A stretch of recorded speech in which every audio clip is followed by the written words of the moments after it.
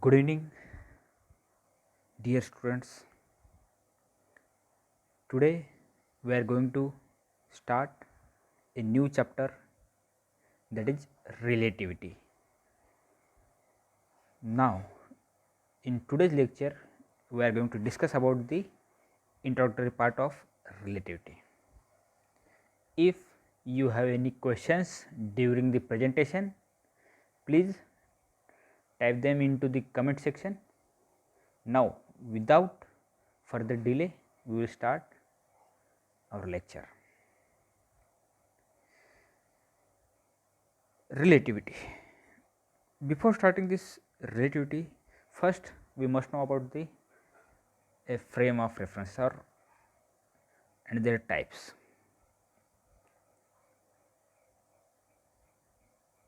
We have learned about velocity, acceleration and displacement, but all these quantities need a frame of reference from which they are measured. In physics, a frame of reference consists of an abstract coordinate system and the set of physical references points that uniquely fix the coordinate system and measurement within that frame. For example, just say this figure. If we consider three different objects are there, or three different persons are there, person A, person B and person C. If we ask A what velocity of B is, he will say it is at rest, because both are moving in a bus. But if we ask the same question to C, he will say B is moving with a velocity v, because our bus is moving with a velocity v in the positive x direction. So, we can see, before specifying the velocity, we have to specify in which frame we are, or in simple terms we need to define a frame of reference. That is why once you know about the frame of reference, then there are two types of frame of references. One is inertial frame of reference and another is non-inertial frame of reference. Then first we will discuss about the inertial frame of reference.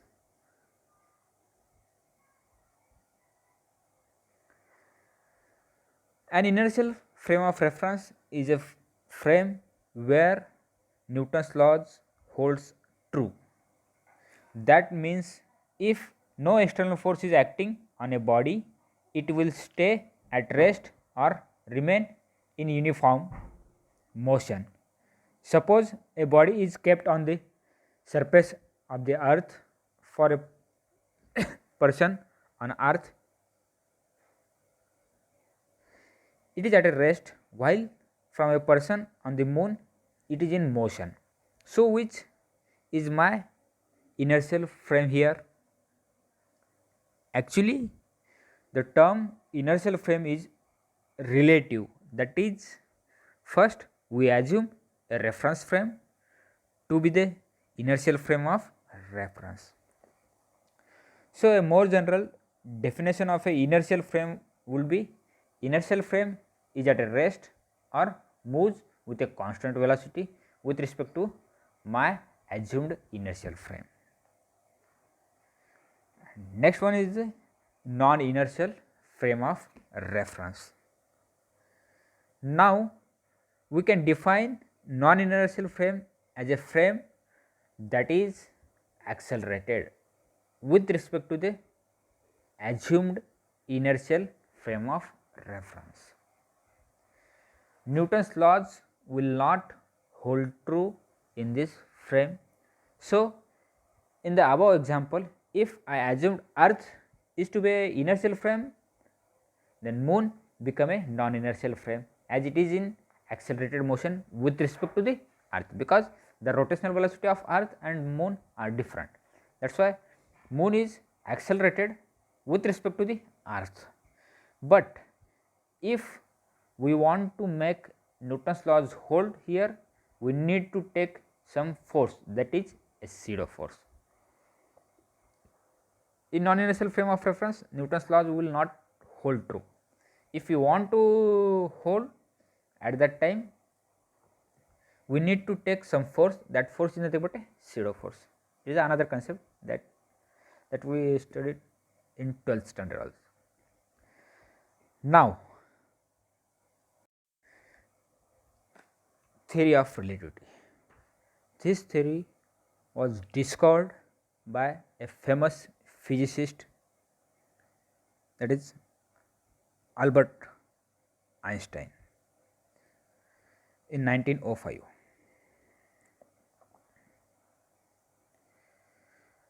Before discussing this theory of relativity, we must know about the what is my relativity, or what it define the term relativity.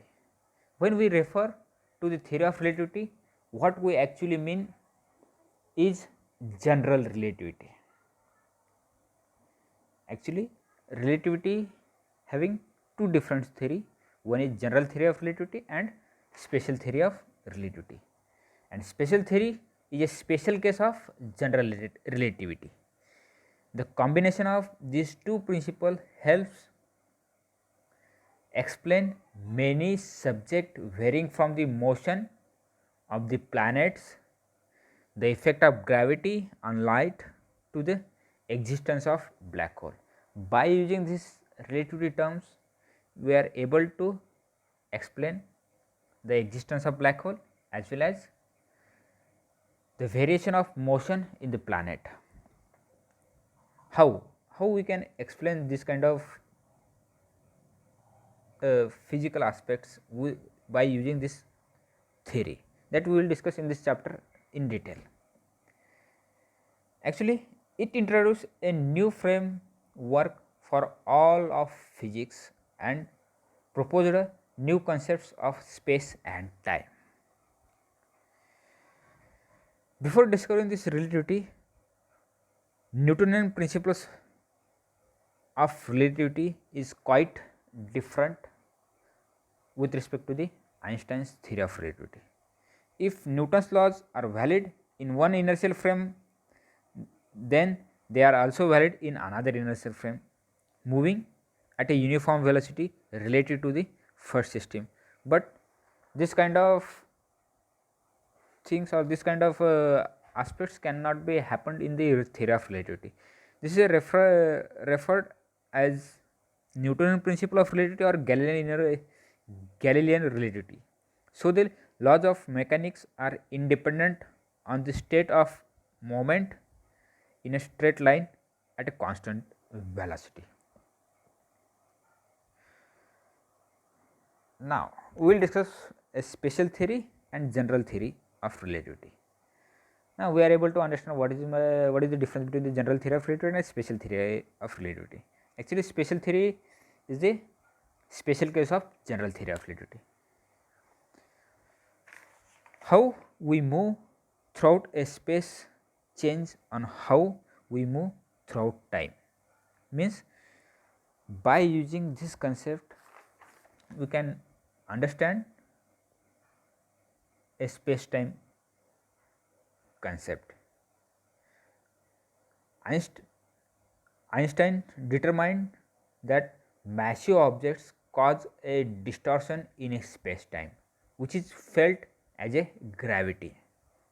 Several phenomena proved experimentally by using this principle.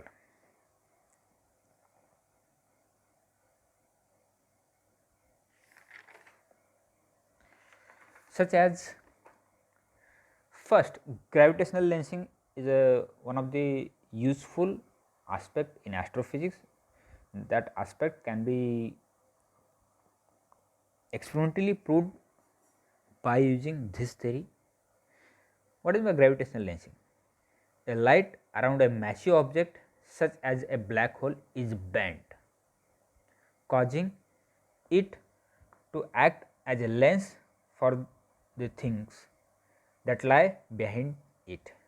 Astronomers routinely use this method to study stars and galaxies behind massive objects. Another application of this theory is change in the orbit of Mercury. The orbit of Mercury is shifting very gradually over a time due to the curvature of space time around the massive sun. In a few billion years, it could even collide with our earth also. And another application of this theory was gravitational wave. The collision of two black holes are thought to be able to create ripple in a space time known as gravitational waves. In 2016, LIGO, Large Interferometer Gravitational Wave Observatory, announced that it found evidences of this. These are the useful applications of the theory of relativity.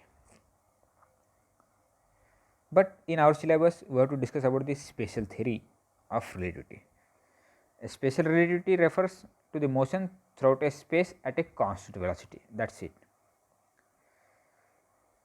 Before starting this special theory of relativity, there are two postulates of this theory that we have to discuss in detail. In special theory of relativity, it determines that laws of physics are the same for all non-accelerating observers, and he showed that the speed of light within a vacuum the same no matter the speed at which an observer travels. Means there are two postulates are there. First one is the velocity of light, speed of light is constant, and next one is the all laws of physics are same for all non-accelerating frame of references or non-accelerating observers. By using these two postulates, we are going to understand the theory of relativity. Next, after that, we have to discuss about the Galilean transformation, Lorentz transformation, energy mass relation, a very well known relation between the energy and mass, that is E is equal to mc square, that was discovered by Albert Einstein in 1905.